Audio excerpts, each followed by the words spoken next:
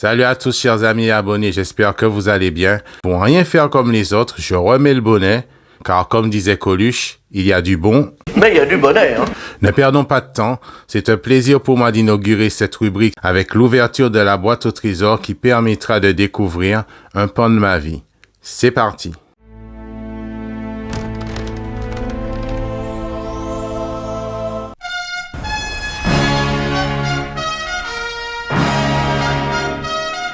Là, ici, on entre dans mon enfance avec cet animé de 1974, D'Artagnan l'intrépide. Déjà, je n'étais pas né vu que je suis de 82, mais j'ai poncé cette VHS comme jamais. Alors, que dire de cet animé? Comme dit précédemment, il date de 1974.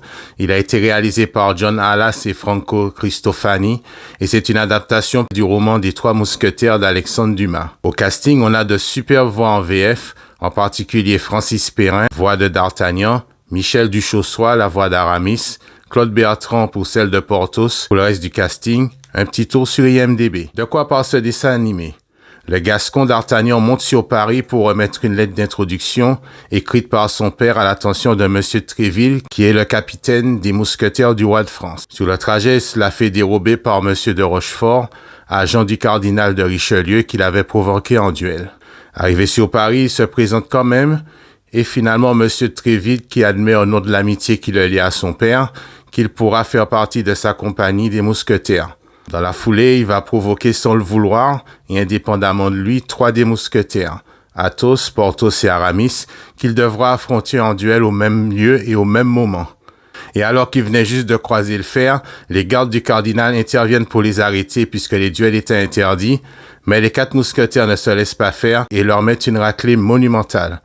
Et finalement, Athos, Porthos et Aramis vont accepter D'Artagnan au sein des leurs parce qu'il a prouvé la valeur au combat. Et en fait, durant tout ce dessin animé, le but, c'est de pouvoir empêcher une espèce de complot qu'avait réalisé le cardinal de Richelieu vis-à-vis de la reine. Alors, pourquoi devriez-vous jeter un œil à cet animé? Premièrement, c'est une adaptation assez fidèle au roman d'Alexandre Dumas qui en suit un peu les grandes lignes. Deuxièmement, le graphisme pour l'époque n'est pas trop horrible. Ça se regarde. Troisièmement, les voix en VF, comme je l'avais dit, elles sont très bien. Quatrièmement, et j'ai laissé le meilleur pour la fin, sa bande originale. On va tout changer, il faut tout changer, ce monde est dépassé. Gamin, je fredonnais la chanson du début comme une boucle qui me donnait la pêche.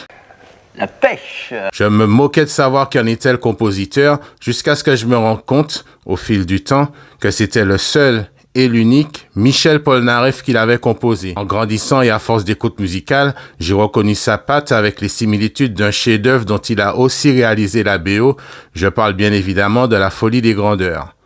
Dans ce dessin animé, il expérimente des styles différents et franchement, je trouve ça très intéressant. Petite anecdote, j'ai un compte Deezer Premium et j'ai voulu écouter les morceaux qui composaient la BO. Et quelle ne fut pas ma désagréable surprise de voir qu'à cause de restrictions géographiques, je ne pouvais pas les écouter sur la compilation Pop Rock and Stock. Mais YouTube devient la solution, car je vous ai mis en description 2 liens.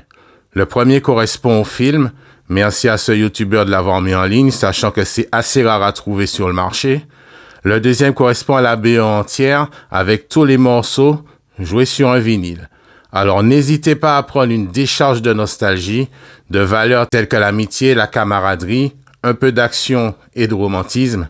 C'était la première boîte au trésor, je suis content de l'avoir ouvert avec vous. Likez, commentez, partagez, boostez la vidéo.